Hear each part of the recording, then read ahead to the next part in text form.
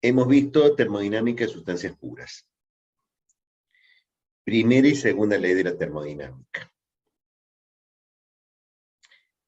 Gibbs, alrededor del 1900, 1910, se dio cuenta de que todo este problema del trabajo y el calor tenía otro conjunto grande de consecuencias. Y por eso desarrolló por primera vez un concepto, una nueva función termodinámica, función de estado, llamado el potencial químico.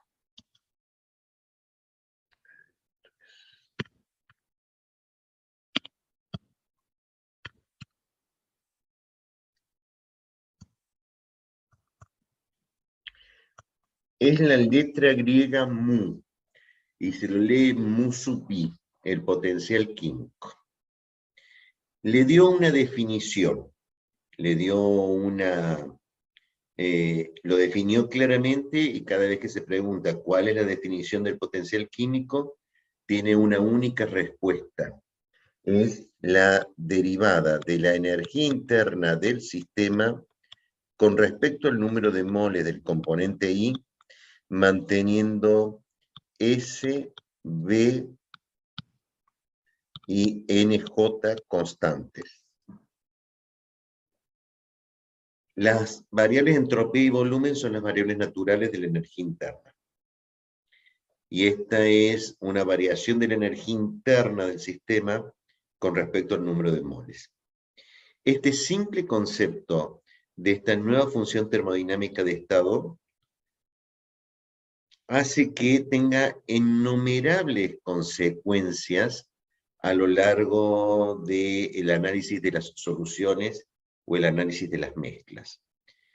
Este simple concepto de definición de una nueva función termodinámica de estado, como fue en su momento la temperatura, cosa que nos llevó varios siglos a entender que la temperatura a partir de la ley cero de la termodinámica era una función de estado que existe y tiene un valor. Bien, tenemos temperatura, tenemos presión, tenemos energía interna, entropía, volumen, potencial químico. ¿Qué tiene Profe, de disculpe, distinto? Sí, pregunta. no escuché bien qué es NJ. Bien. Hay todo un conjunto de demostraciones, porque todo esto es un resumen de 5 minutos del video del potencial químico, y es la derivada de la energía interna con respecto al número de moles del componente I, manteniendo los moles de todas las demás sustancias constantes. Eso quiere decir NJ. Se dijo en su momento que para entender este concepto es, por ejemplo, ¿cuánto es la variación de la energía interna del lago San Roque si yo agrego 1 kilo de sal o 1 mol de cloruro de sodio al lago San Roque? ¿Cambian los moles de cloruro de sodio en el lago San Roque por agregarle 1 kilogramo? Sí. ¿O 1 mol? Sí. Por eso la energía interna del lago cambia con los números de moles de cloruro de sodio. Ahora, sí, 1 kilo de cloruro de sodio en las toneladas, los miles de toneladas que tiene el lago San Roque, los moles y las masas de todos los demás componentes, es constante. Entonces, todo lo que tengo que hacer es medir cuánto varía la energía interna variando los moles de solamente un componente de una mezcla, manteniendo todos los demás moles de las especies constantes. Eso quería decir NJ. Los números de moles de todo componente que no sea I. Y el potencial químico está al nivel de temperatura, presión, volumen, entropía, energía interna, energía libre de Helmholtz, energía libre de Gibbs, y no es ninguno de ellos. Es otra nueva variable termodinámica. Esta nueva variable termodinámica tiene una cosa que no tenían las otras: el subíndice I. El subíndice I es crítico en físico-química. Quiere decir el componente I en una mezcla. Y como tal, dice muchas cosas. Primero, que es una mezcla. Esto quiere decir que tiene que haber más de un componente. En sustancias puras, si mi sistema fuera una sustancia pura, no puede existir el concepto del componente I. El concepto del componente I es porque hay un J. Tiene que ser más de uno para que sea I. Consecuencia. En esta materia, o por lo menos para mi mitad de biblioteca, el potencial químico de una sustancia pura no existe.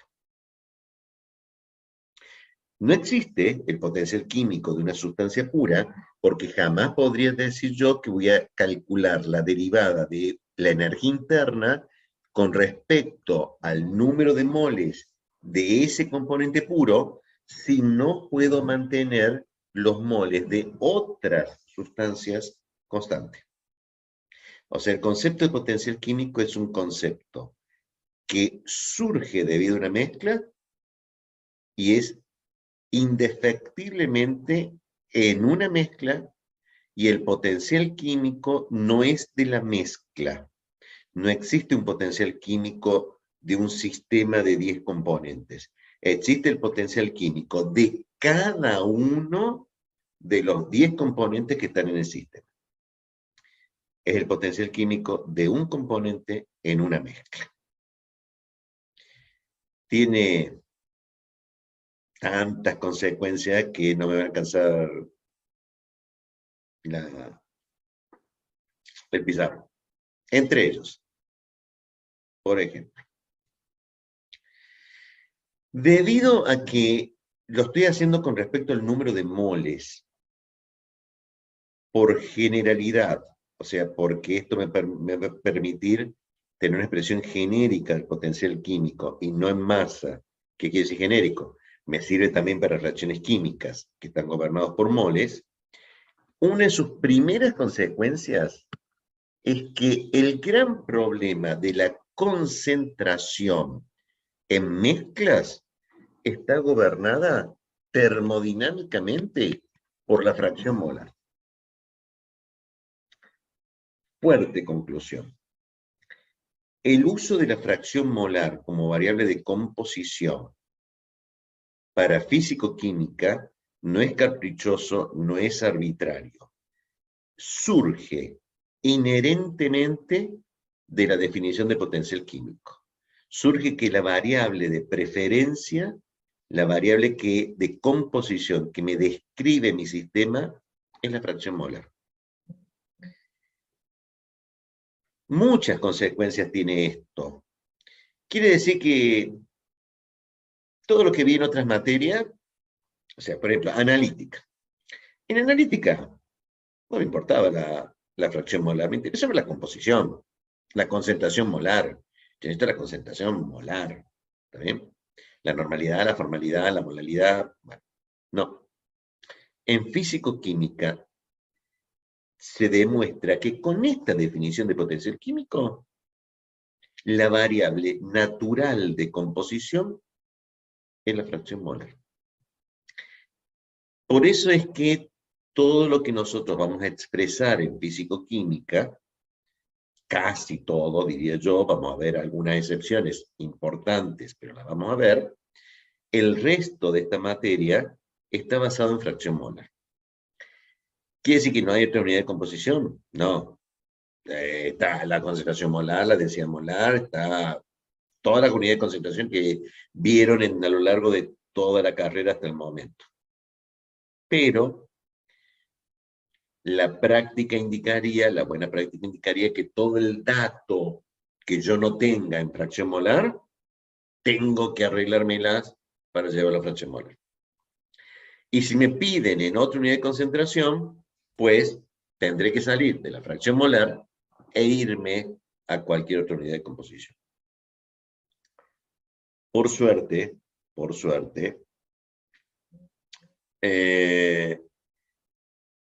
hay dos tipos de unidades de composición. las unidades de composición que dependen de la temperatura, las unidades de composición que no dependen de la temperatura, y todas aquellas composiciones que dependen de la temperatura tienen un volumen en algún lado dando vuelta. Y si hay un volumen dando vuelta, dado que las variables independientes van a ser temperatura y presión, entonces, si hay un volumen, tengo la temperatura, tengo la presión, debe haber una ecuación de estado. El problema de la ecuación de estado es que no es como les dijeron a ustedes. Una ecuación de estado jamás va a ser una EOS. No es cualquier relación que vincule temperatura, presión, volumen, sino en realidad era EOS de T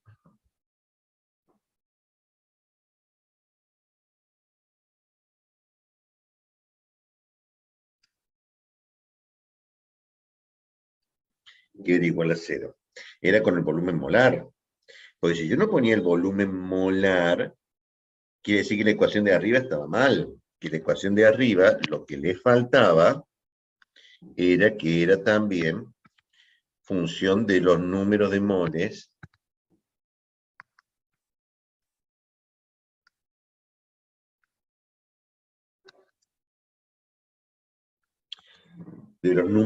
de cada componente en el sistema. Eso significa que vamos a tener que reanalizar las ecuaciones de estado para incorporar el concepto de mezcla dentro de una ecuación de estado. El concepto fundamental de físico-química es su definición de potencial químico. Esto es lo que gobierna,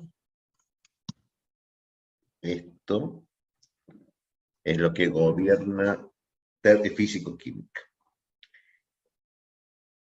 Una conclusión inmediata de esto es que esta definición y un análisis termodinámico de mi sistema me describe absolutamente todo sistema material de más de un componente está descrito por algo muy simple,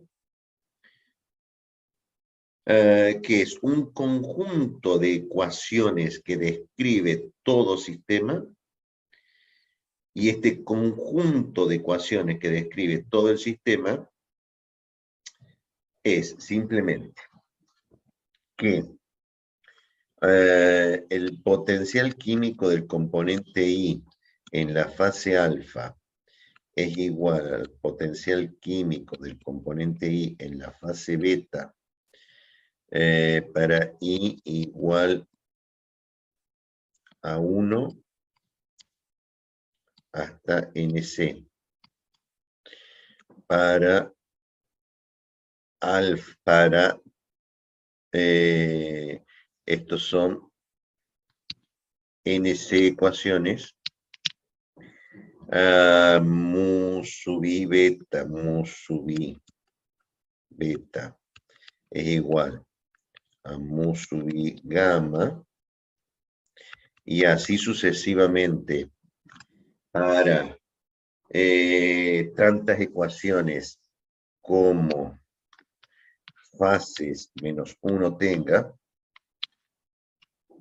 más la sumatoria de los mu sub I, nu sub I j igual a 0, tantas ecuaciones como reacciones haya de equilibrio de reacción, más una restricción muy particular, una ecuación más por fase, proveniente de que con esta definición de potencial químico hay una ecuación más adicional por fase, que va a ser simplemente la sumatoria de las fracciones molares de cada fase es igual a 1, hay f de estas ecuaciones, esta restricción proviene de algo denominado ecuación de Gibbs-Duhem,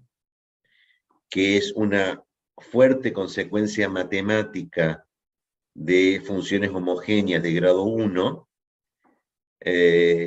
Todas las funciones homogéneas de grado 1 tienen una propiedad matemática, ¿está bien? Y esa propiedad matemática aplicada al sistema termodinámico lo llamamos ecuación de Gibbs-Duhem. Este sistema de n nc por f menos 1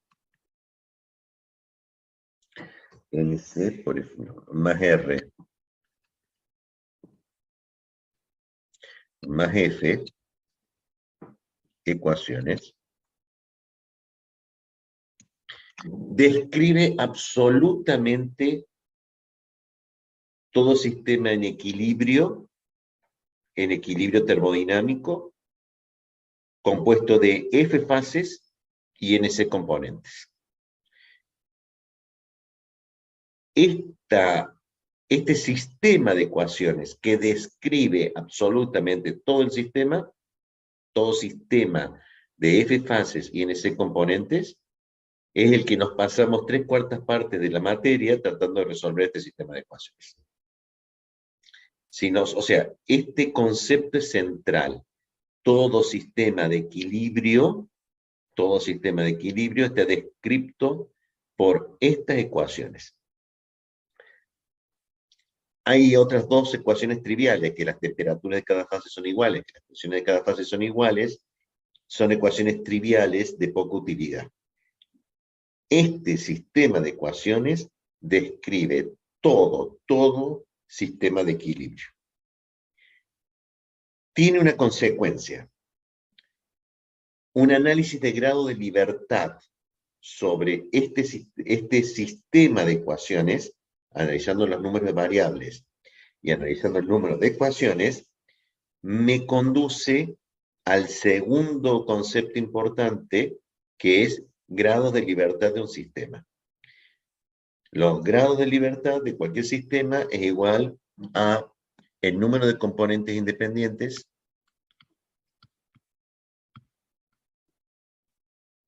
menos fases más 2.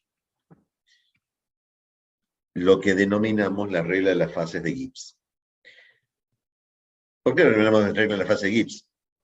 Pues porque Gibbs inventó el potencial químico. Se lo sacó de la manga.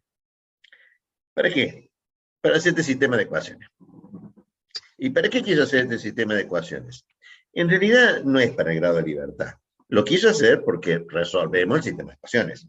Si nosotros resolvemos este sistema de ecuaciones, resolvemos todo problema de equilibrio. Eso es toda la materia.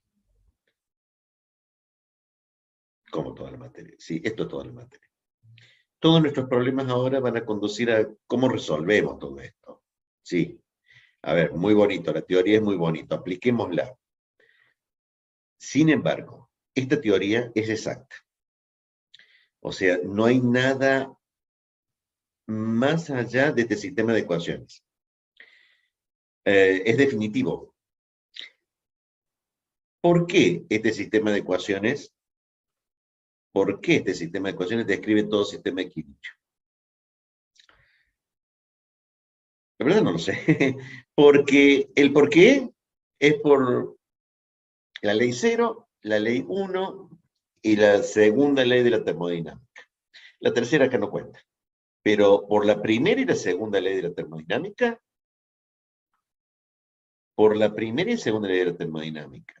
que la verdad que no le entiendo nada, Macaño, a esta altura estoy cansado, pero ¿qué tiene que ver? Que la variación de energía interna es igual al calor menos trabajo. ¿Y qué tiene que ver que una nueva función de estado igual a cuyo diferencial de función de estado es igual al diferencial del flujo de calor transferido a temperatura constante, dividido la temperatura, más un término de destrucción de esa variable por irreversibilidad, denominada entropía, dos definiciones que son primera y segunda ley. ¿Qué tiene que ver eso con este sistema de ecuaciones? Sí, es debido a la primera ley, la variación de energía interna igual a Q menos W. Y la segunda ley, el diferencial de S es igual al diferencial de Q no exacto, al diferencial de Q inexacto sobre T más sigma, son el o sea, el punto de partida inicial del razonamiento de que todo sistema está descrito, todo sistema de equilibrio está descrito por este sistema de ecuaciones. Es el poder del pensamiento, el desarrollo de algunos genios. ¿Qué tiene que ver delta E igual a Q menos W? Diferencial de S igual a diferencial de Q sobre T más sigma. Con este sistema de ecuaciones, ¿cómo se une esas dos cosas? Bueno, segundo, al profesor Macaño le creo o no le creo. Yo en el examen le voy a decir que este sistema de ecuaciones depende de la primera y segunda ley y me va a poner un 10.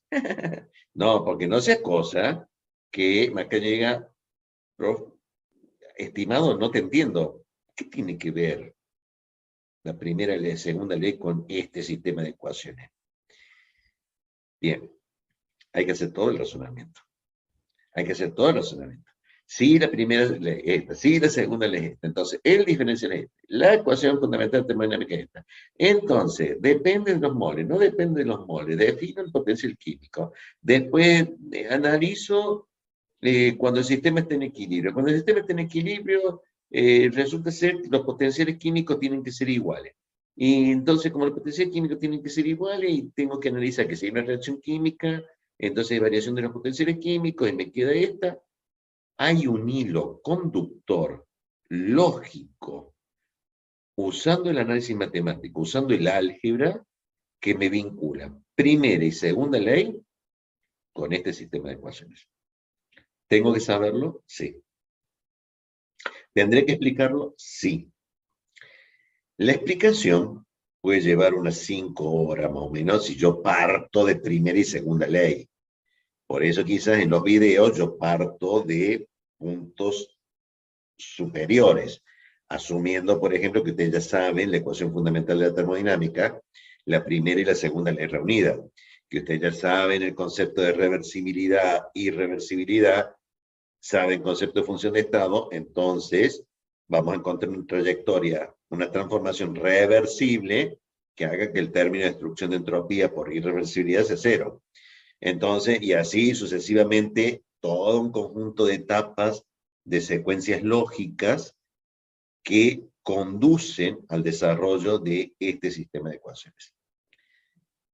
Eso lo tienen que ver y lo tienen que estudiar de cómo llegué a esto. ¿Sí? Pero mi objetivo es llegar a esto.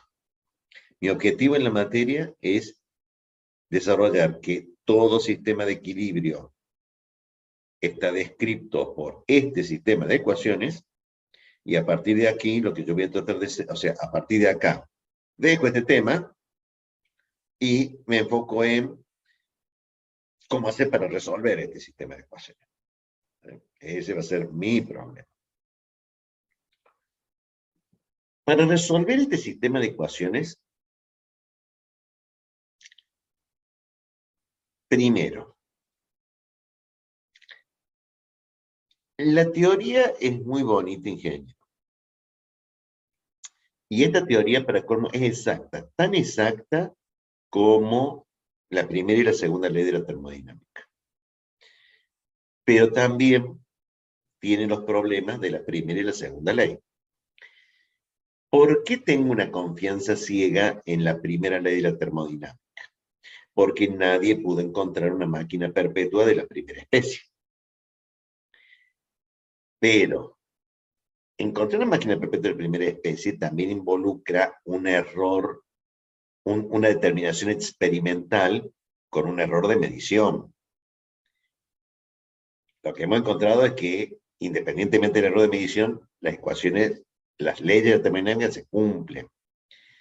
Pero en su aplicación práctica, cada vez que queríamos calcular el trabajo, el calor o la entropía o lo que fuera, teníamos que trabajar con variables de tabla que tenían una base experimental. O sea, no era tan simple calcular una EOS. La EOS que sale de la ley cero de termodinámica es exacta, pero para encontrar la función tengo que hacer ensayos experimentales.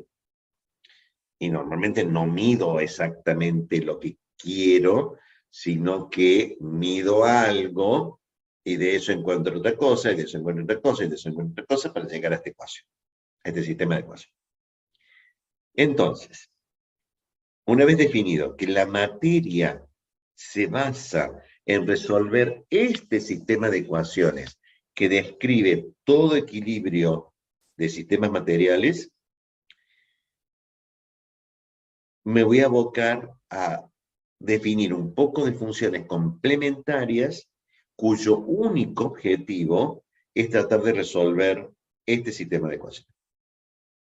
Perdón. Cuyo principal objetivo, no es el único. Entre esas funciones que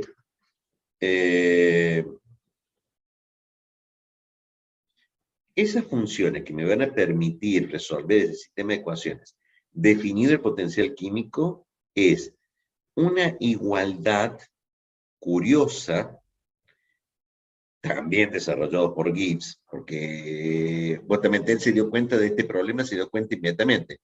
Mucho gusto. Defino el potencial químico como la derivada de la energía interna con respecto al número de moles del componente I, manteniendo S, B, P y NJ constantes, pero por una serie de consecuencias va a ser igual a la derivada de la energía libre de Gibbs con respecto al número de moles del componente I, manteniendo T, P y NJ constantes, y eso por una serie de expresiones le voy a dar un nombre, lo voy a llamar energía libre molar parcial del componente I. ¿Quién está primero, el huevo o la gallina? Está el potencial químico. Ese está primero. Esta es una definición, no sé, esta es una definición, esto no tiene un porqué, tiene un qué. Defino potencial químico como la derivada de la energía interna respecto al número de moles, manteniendo S, B y NJ constantes del sistema.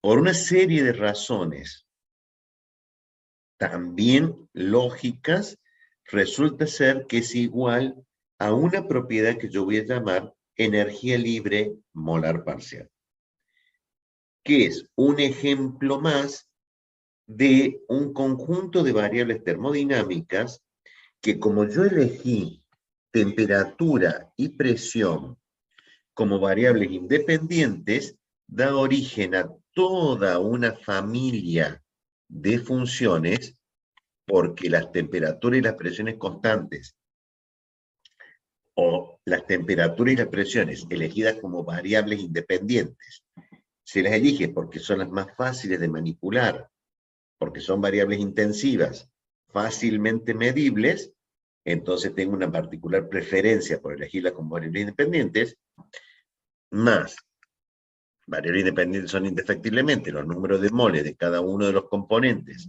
en una mezcla, N sub I, me define un conjunto de propiedades llamadas propiedades molares parciales, que nuevamente por definición es la derivada de esa función termodinámica de estado con respecto al número de moles manteniendo la temperatura, el volumen, la temperatura, la presión y el número de moles de todos los demás componentes J que no sean I constantes. Esta tampoco tiene un porqué. Esta es una definición. Entre estos dos mundos, el de las propiedades molares parciales y los potenciales químicos, hay una relación que los vincula. Y esa relación... Sí, pregunta, escucho. Profe, Sí. hay en donde pone que usted Z molar parcial es igual a la derivada de Z con respecto a NI, manteniendo TP y NJ constante. Z vendría siendo la energía libre de Gibbs, vendría siendo G. Bien. Indicación táctil o visual. Una pregunta, ya entendí tu pregunta, pero había dos preguntas en medio, pero creo que era un micrófono abierto. Z es cualquier magnitud extensiva función de estado. Cualquier magnitud extensiva función de estado. Z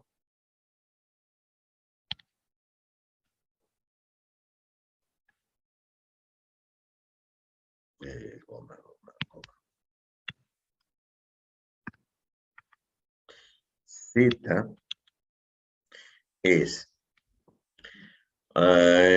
volumen, entalpía, energía interna, energía libre de Gibbs, energía libre de Helmholtz.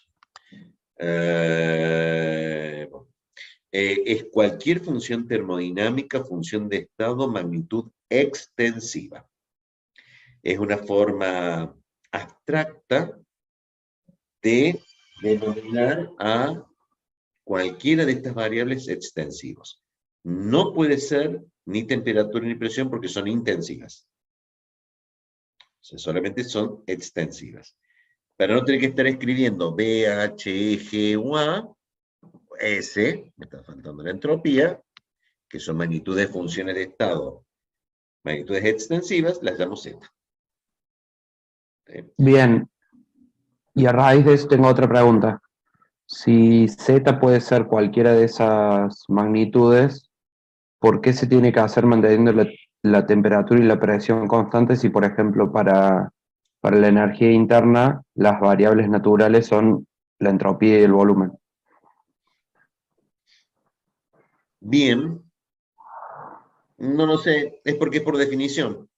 Por definición, yo llamo propiedad molar parcial a la derivada de la propiedad magnitud extensiva con respecto al número de moles, manteniendo la temperatura, la presión y el número de moles de cualquier otro componente J que no sea I constantes. Es una definición. Yo puedo entender el porqué de la definición, pero si a mí se me hubiera ocurrido definir W como W sub I, como la derivada de Z con respecto al número de moles de I, del componente I, manteniendo T, B y NJ constantes, también lo podría haber definido. Y una definición de W. Y lo definí en función de T y B. No tengo un porqué de una definición. Sí tengo una comprensión de ¿por qué la definimos así? Las definimos así porque voy a escoger la temperatura, la presión y los números de moles de los componentes como variables independientes. Como yo elijo temperatura, presión y número de moles como variables independientes en el análisis termodinámico de sistemas en físico-química, entonces entiendo por qué la definición de Z la puedo expresar manteniendo T, P y NJ constantes. Sin embargo, es una definición. Es así. O sea, no Claro, es o sea, porque elija T y P. Yo Defino Z como la derivada con respecto a TIP. Y NJ constante. Sí, pregunta. Claro, en ese caso, si yo eligiera otras variables, como en el caso ese que usted definió W, esa nueva supuesta variable que definió no tendría las mismas propiedades que Z, que es la sumatoria de... No es Z, es W. Bien, Y no tendría relación con Z. Sin embargo, podría conducir a un montón de ecuaciones, ¿no? Que de hecho hay algunos desarrollos así que conduce a otras 1000 ecuaciones más. ¿Sí? Simplemente de baja utilidad, no nula utilidad, baja utilidad, porque no son variables independientes. La variable independiente volumen es una variable extensiva, y entonces eso me hace depender del sistema. Es más fácil si mis variables independientes son intensivas, porque entonces yo no las puedo definir independientemente del tamaño del sistema. Hay ventajas, pero no son ventajas de uso, pero no expresiones que tengan una justificación lógica. Son definiciones. Entiendo la utilidad, entiendo el porqué, pero es una definición. Es tan buena como cualquier otra definición. Lo que sigo después de definir, por eso he recuadrado dos definiciones, la del potencial químico, la de Z, la de la propiedad molar parcial, es que estas dos definiciones tienen un punto en común. El punto en común es la energía libre molar parcial del componente I en la mezcla, que es igual al potencial químico del componente I. Consecuencias. La verdad es que yo no lo entendí ni medio ingeniero. ¿Qué es esto de potencial químico? Bueno, es una definición. No hay ningún potencial químico ABO que pueda medir potencial químico. No hay forma de medirlo experimentalmente. Entonces, aunque Gibbs se le ocurrió esto bonito, elegante, simple, con el potencial químico, es muy poco útil si yo no lo puedo medir. Entonces, ¿qué pasó? Como hay una igualdad con la energía libre molar parcial, en vez de calcular el potencial químico, yo voy a tratar de hacer esfuerzos por calcular la energía libre molar parcial, que si resuelvo la energía libre molar parcial y la pudiese encontrar, entonces yo tengo el potencial químico. Y, o sea, la ecuación fundamental que describe el equilibrio en potenciales, la voy a calcular con energía libre molar parcial. Bien. Lo que hay que hacer es calcular energía libre molar parcial. Y ahí vienen mis problemas. ¿Cómo calculo la energía libre molar parcial? Para calcular la energía libre molar parcial, yo tengo que ahora hacer un paralelismo con ecuaciones de estado. Las ecuaciones de estado, ¿qué ecuaciones? Bueno, no me van a responder como si fuera en clase. Ustedes conocen muchas ecuaciones de estado, pero básicamente dos. Las ecuaciones analíticas de estado y la ecuación de estado de gases ideales. La ecuación de estado de gases ideales está siempre. Es la gran olvidada, porque está siempre. Bien. Ese concepto de gas ideal lo vamos a tener que trasladar al concepto de mezcla ideal.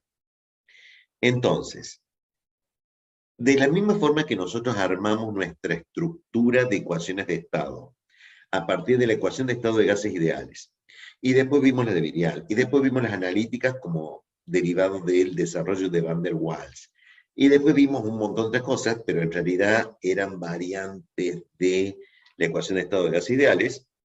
Nosotros vamos a hacer lo mismo en mezclas. Nuestro principal problema va a ser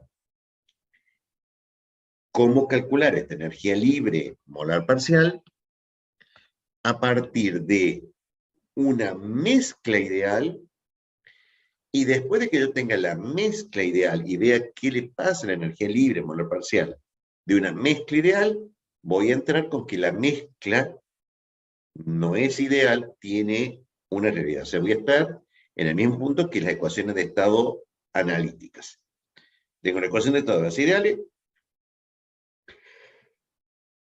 Las ecuaciones analíticas corrigen o mejoran las ecuaciones de estado de gases ideales. Lo mismo voy a hacer con soluciones. Entonces, yo voy a descomponer la energía libre molar parcial de un componente en una mezcla en una parte ideal más una parte real. La energía libre molar parcial es única. ¿Sí? La parte ideal, tengo que hacer todo un desarrollo para poder ver qué pasa con las mezclas ideales. ¿Sí? Y la parte real la vamos a llamar exceso.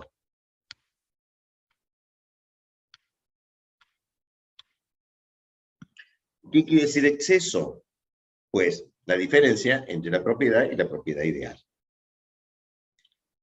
La diferencia entre la propiedad y la propiedad ideal, o sea, esto menos esto, es igual al exceso. ¿Sí? Entonces, vamos a concentrar, vamos a dividir nuestro estudio en encontrar cómo es esta parte ideal, y vamos a encontrar varios desarrollos de qué pasa con la mezcla ideal. En realidad el culpable es la entropía, esto es, en algún momento vieron que una máquina perpetua de la segunda especie, o el concepto de exergía, establecía que si yo tenía dos sistemas, A y B, separados por una membrana, A y B puros separados por una membrana, si yo por algún motivo elimino la membrana que separa A y B, los componentes, o sea, los dos sistemas, se mezclan espontáneamente. Mientras que espontáneamente no se van a separar. O sea que acá hay una unidireccionalidad de la transformación. La transformación se va a evolucionar hacia el mezclado, que espontáneamente no se van a separar. Lo prohíbe la segunda ley. Si esto es así, entonces esta espontaneidad de la mezcla, que está determinada por el aumento de entropía por el hecho de mezclar, que lo transforma en una transformación irreversible, tiene consecuencias fuertes sobre cómo se calcula una mezcla ideal. Nosotros, yo particularmente hago una deducción al revés, hago una deducción a partir de la energía libre para encontrar la entropía. Porque en otros libros está de la entropía, demostrar la variación de entropía de mezcla ideales, y después de encontrar la energía libre molar parcial. A mí me resulta más simple explicarlo con la energía libre, porque de todas formas el razonamiento es en círculo. O sea, si lo demuestro con energía libre, la entropía me queda lo que me queda. Si lo demuestro con entropía, la energía libre me queda lo que me queda. Entonces, en ese razonamiento en círculo, yo tomé uno, la energía libre, hago todo un análisis y llego a una conclusión de cuánto vale la parte ideal de la energía libre molar parcial del componente. entre una mezcla ideal en una mezcla ideal. El problema es que cuando yo hice ese desarrollo, también tuve que dividirlo en dos. O sea, he vuelto a dividirlo. Esto de las divisiones en dos son complicadas. Esto es, la parte ideal me quedó naturalmente expresada en una parte pura más mezcla ideal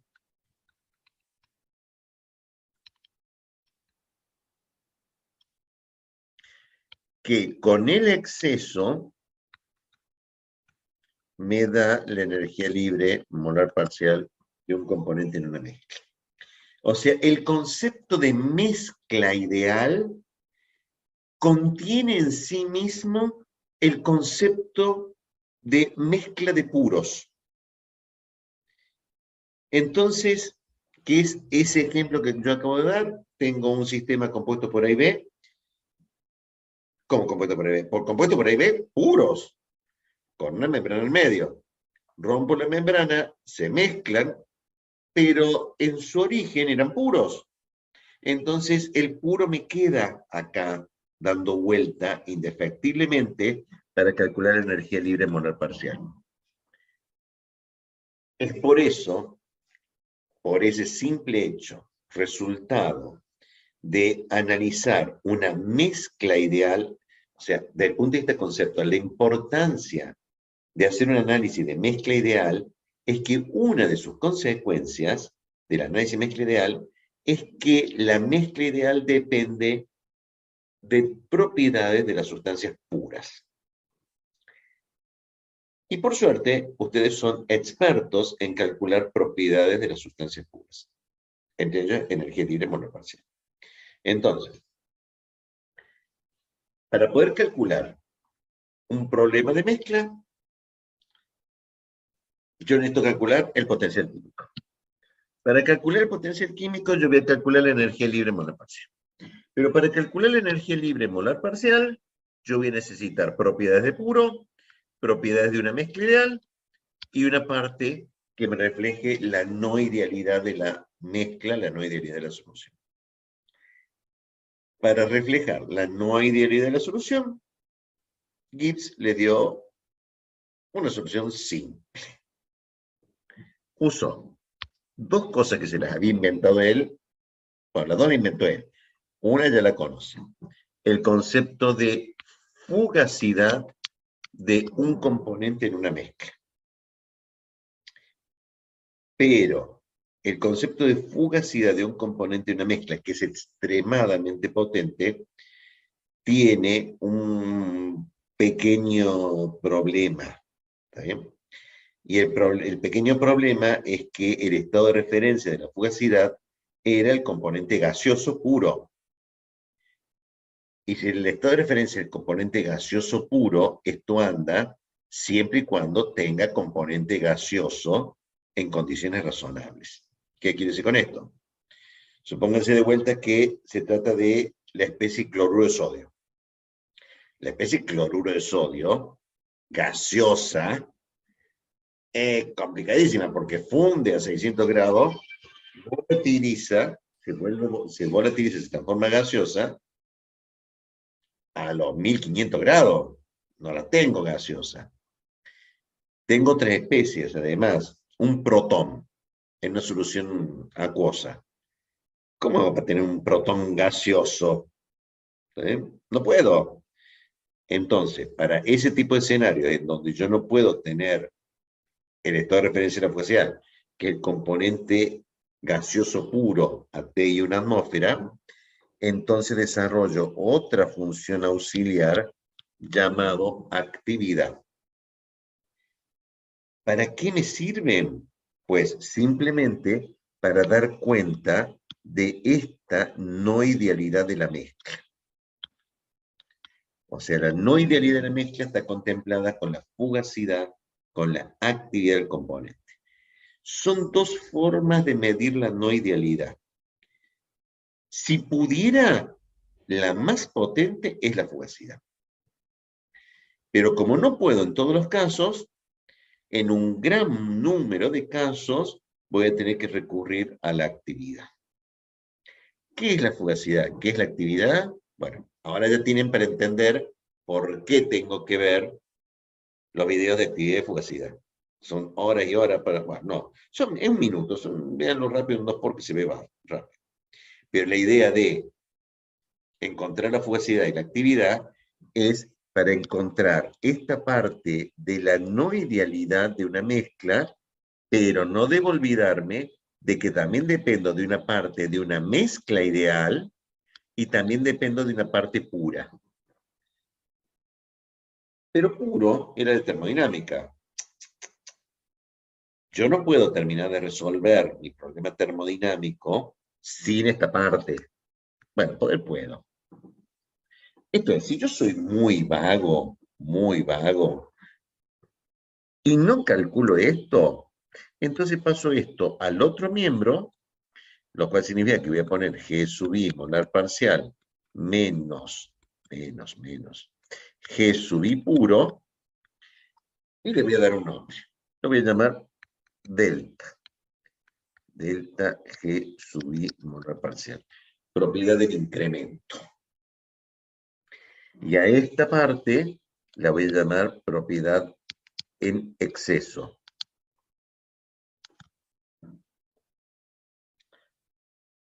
Juntos constituyen la base de todos los cálculos. ¿Qué quiero decir con esto? De vuelta. La teoría es muy bonita. Hay un sistema de ecuaciones basado en el potencial químico que describe todo sistema en equilibrio. Elegante, simple y exacto, pero incalculable. Porque para poder calcularlo, necesito evidencias indirectas. Y las evidencias indirectas están dadas por la energía libre molar parcial, que es una propiedad molar parcial. Y esta propiedad molar parcial, la energía libre particularmente, que es la que necesito para el potencial químico, yo la voy a calcular calculando una parte ideal y una parte real. O bien, en una parte pura, en una parte de mezcla ideal y en una parte de exceso. O sea que voy a conformar estos tres componentes para poder calcular energía libre molar parcial. ¿Es lo único que me interesa? No, porque hay otros escenarios. Los otros escenarios son, por ejemplo, una afirmación que yo hice al comienzo de este día, que fue la unidad de concentración preferida. Sí. Ahí cuando pasó a la propiedad en incremento y la propiedad en exceso, la propiedad de la mezcla ideal, ¿dónde entraría en ese caso? Justamente la propiedad ideal quedó afuera, porque la propiedad menos la propiedad pura es la propiedad en incremento. O sea, es solamente esto menos esto lo que es la propiedad en incremento. O sea que si yo, o sea, la propiedad de incremento todavía tiene que ser igual esto a esta parte que era de mezcla ideal, más esta parte que era del exceso. Ah, bien, bien. Perfecto. ¿Sí? O sea, solamente separé una parte. ¿Está bien?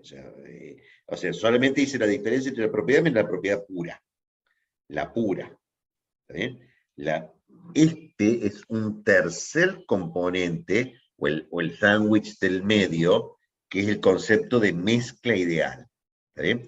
Que es un concepto enormemente importante porque es equivalente al de la ecuación de estado de gases ideal, pero para mezcla. ¿Está bien? No es lo mismo, pero como concepto es semejante. El problema es que la vida no tiene solamente equilibrios de sistema. Aparentemente, en alguna otra época de nuestras vidas, hemos visto que, primero, las concentraciones, Otés Macaño se puede llenar la boca diciendo que la fracción molar es la fracción molar porque es la reina de las concentraciones, la mejor de todas las concentraciones. Usen la fracción molar lleve a fracción molar, calcule, resuelve fracción molar, mucho gusto.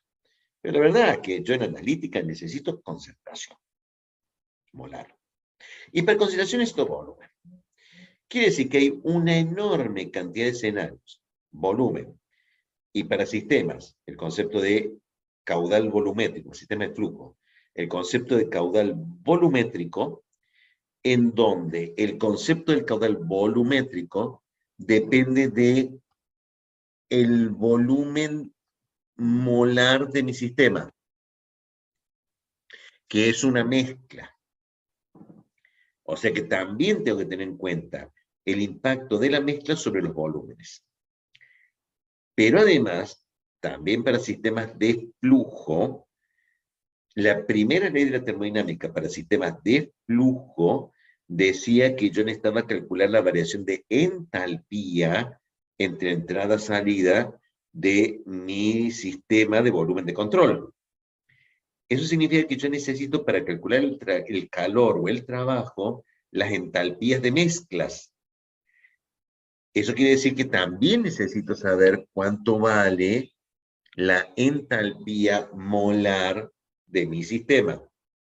O sea, acá, desde el punto de vista termodinámico, conceptual, desde el punto de vista físico-químico, conceptual, que es resolver el sistema de ecuaciones que describe todo sistema en equilibrio, que está gobernado por G, ¿está bien? En realidad, hay otras dos variables que son sumamente importantes, que son complementarias de este sistema y que tienen una enorme cantidad de usos adicionales en ingeniería química.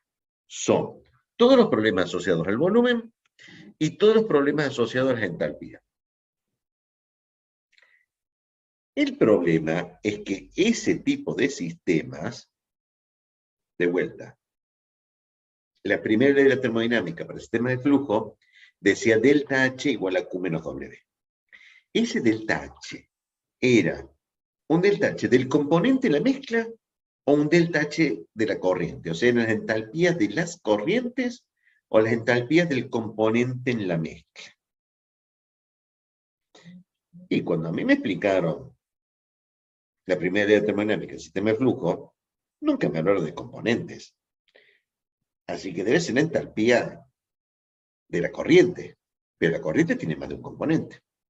O sea que lo que me interesa no es la de un componente en una mezcla, como es Z sub I, sino la de la propiedad molar del sistema.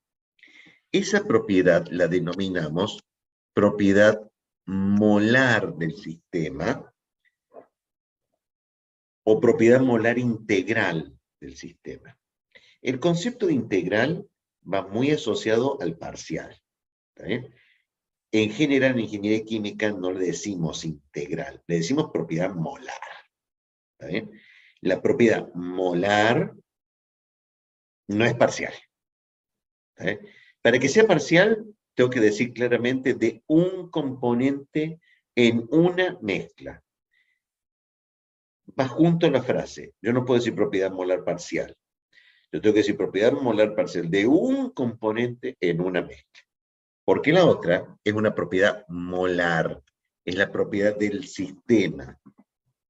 Es el volumen molar del sistema. Es la densidad que tiene el sistema. Es la entalpía que tiene el sistema.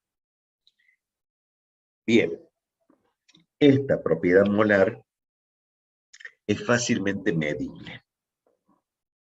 Por ejemplo, tengamos un sistema de A y B, ¿podré medir su densidad? Sí, la mido densidad con un pignómetro.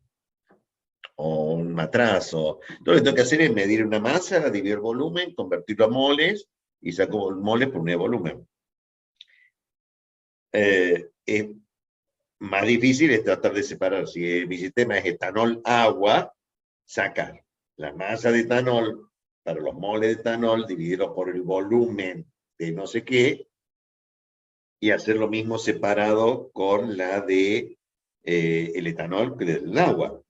O sea, yo las mediciones experimentales las hago normalmente sobre las propiedades molares, no sobre las propiedades molares parciales. Entonces, si este es el problema, debe haber una relación entre las propiedades molares parciales y que son fácilmente medibles. Perdón, las propiedades molares que son fácilmente medibles y las propiedades molares parciales que me son críticas al momento de evaluar los equilibrios de fase. O sea, ¿qué relación hay entre las propiedades molares y las propiedades molares parciales? Hay de tres tipos. Dado Z sub I, encontrar la propiedad molar del sistema. Tiene una respuesta. Zm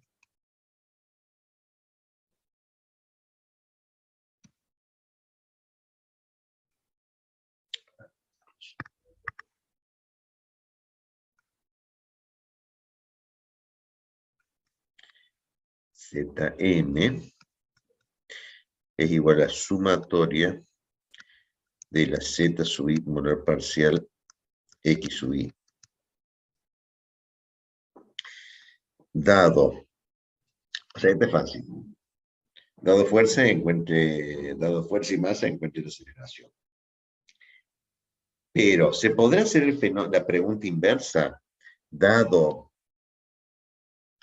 Zm, encontrar las Z sub I,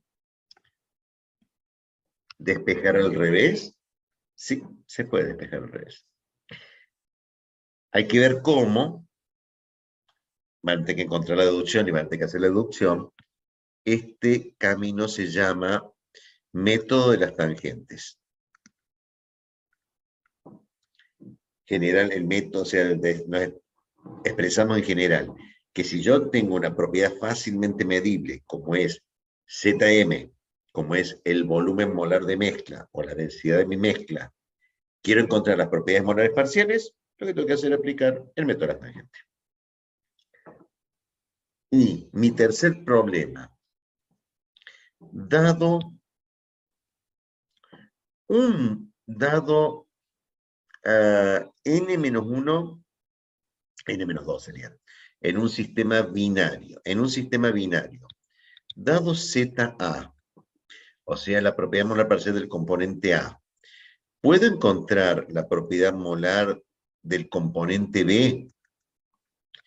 Y por consiguiente, una vez que encuentro el segundo, me voy a esta ecuación de que yo tengo todos los molares parciales y encuentro la propiedad integral. ¿Se puede encontrar, dado una propiedad molar parcial, encontrar la otra? Sí.